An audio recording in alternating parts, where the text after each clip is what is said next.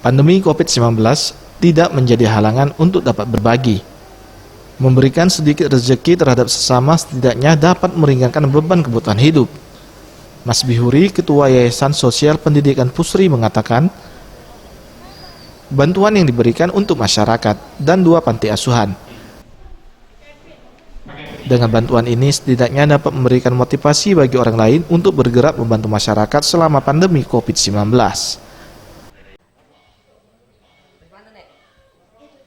Kedepan kegiatan ini akan dilakukan secara rutin, tentunya pelaksanaannya sesuai dengan protokol kesehatan yang berlaku. Kegiatan kita hari ini adalah berbagi rezeki kepada panti asuhan yang ada di sekitar SPP.